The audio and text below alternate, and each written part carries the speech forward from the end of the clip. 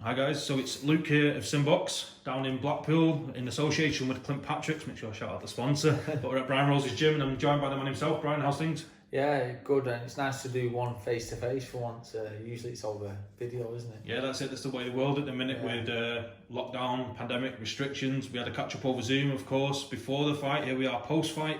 Went out to Spain, picked up a victory over 6 rounds. How was the experience of getting to Spain? The thoughts on the fight, getting the win? Great occasion. And the most important thing was getting over there and getting the win, and I always knew I was going to do that. I only had 3 or 4 weeks notice and I was still overweight. But you got to do what you got to do at the moment. Like you say, there's a pandemic and a lot of these kids haven't had a fight. So I was lucky enough to get an opportunity to fight in Spain. I couldn't say no. Not where I should have been fitness wise, but I had the experience to know that I could do a 6-rounder against most people. So got through the fight, got the win, and I just know something big will come off that fight.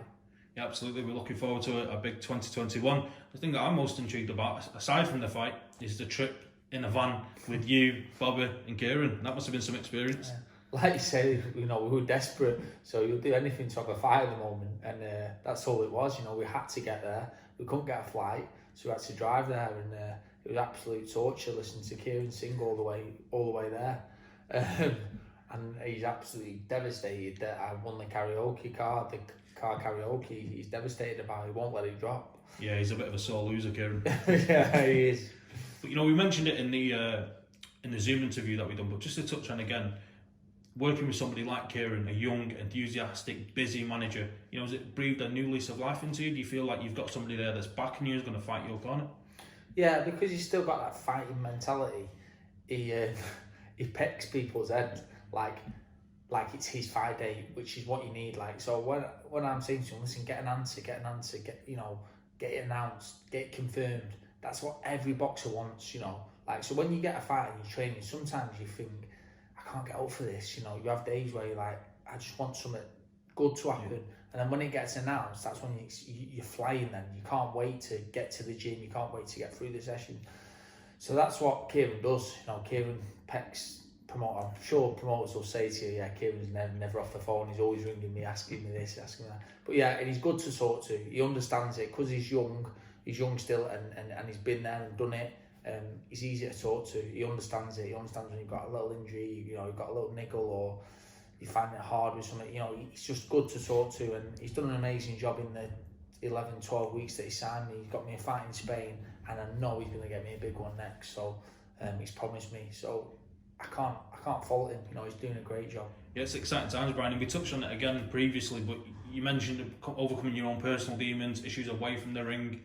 To box all that off, to see you putting in a good shift there training, to go out to Spain and pick up the victory, and again you almost feel like you've got a new lease of life. It's very refreshing from the outside looking in to see, but personally for yourself it must feel really good to see that you've boxed your issues off and you're moving forward and you're making strides to improve and continue your boxing career.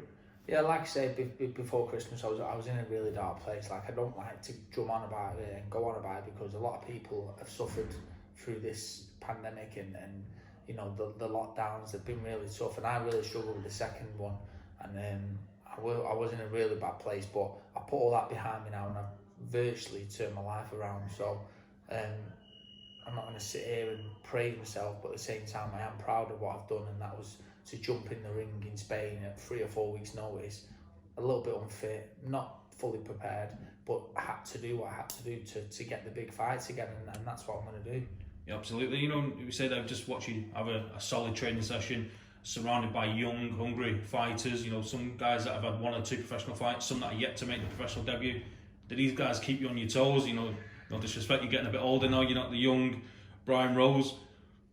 Do they keep you on your toes? Do they keep you enthused? And you want to make sure that you're training as hard as these guys that have got maybe a little bit more energy? Yeah, I did sprints with them on Tuesday, and I was in a bit of a mood. Maybe I just didn't want to be there. I was just in a bit of a mood, and the enthusiasm they got is like how I used to be. So it is good to have them around, and it brings the best out in me because, like I say, I've got to keep up with them on the sprints, and if I don't, then it's over. If I can't keep up with these young kids, then it means I'm not quite there, and I am like I've got young Niall there. He's going to try and beat me on the bar tomorrow. It's not going to happen anytime soon, but that's his aim, and my aim is to beat him on the sprint. So it is good competition. It's healthy competition, all friendly. But yeah, it's good to have the young lions in here. Yeah, as you say there, it's healthy that you've got somebody to keep you on your toes, but they've got somebody to aspire to. And see someone like yourself, former world title challenger, British title outright holder, and they're trying to get to anywhere near that kind of accomplishment. So it works both ways. It's a nice situation. Yeah, it does. And sometimes I don't see it like that. You know, sometimes I put myself down, and I don't see as, you know, some people looking up to me like that. But you are right. Yeah, like they will want to achieve the British title and own the belt outright, and maybe fight for a world title. You know, that's what they aspire to, and at the moment I aspire to just keeping up with them. So as you're getting older now, more experienced, do you find that you're adjusting camp, and you know you're maybe not as active in one dimension of your training that you are something else? Do you feel like you're adapting well, and you know you're changing things and switching it up? Yeah, I mean, I don't change too much, but I don't run as much, but I think that's just purely because it's years and years of pounding the roads. I find it mind-boggling, you know. So if I can do anything, but I still run 3 times a week. I just don't run as much as I used to, but I'll do something else instead. You know, I love doing circuits. I love changing things up. 30 seconds this, 30 seconds that. I love changing things up like that. So I am interested in training still. I still love it. I still love keeping fit.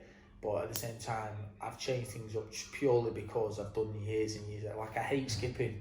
I absolutely despise skipping because I've been doing it since I was 9 years old. So, but I still have to do it. That's great. Yeah. So I have changed things up. Switching our eyes to last weekend's boxing. Of course, it was the headline by Dillian Whyte, Alexander Povetkin.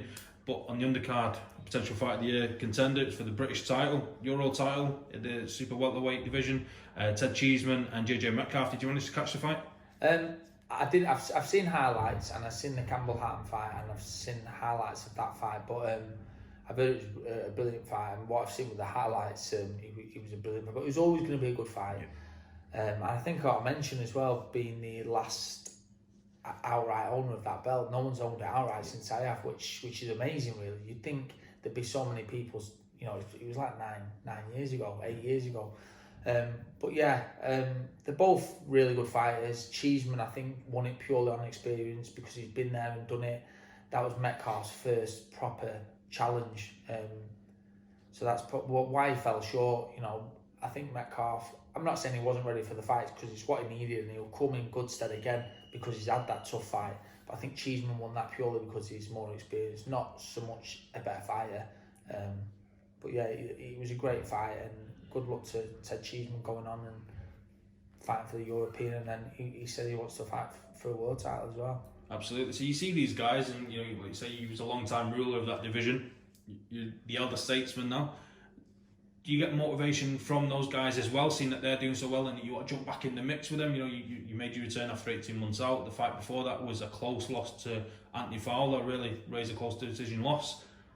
Are you like happy to jump back in and get in the mix with those? Of course, it's the Fitzgerald fight. We've mentioned that before. We won't waste too much time on that. Yeah. But Fowler, Cheeseman, Troy Williamson against Kieran Smith's been announced. It's a great division domestically.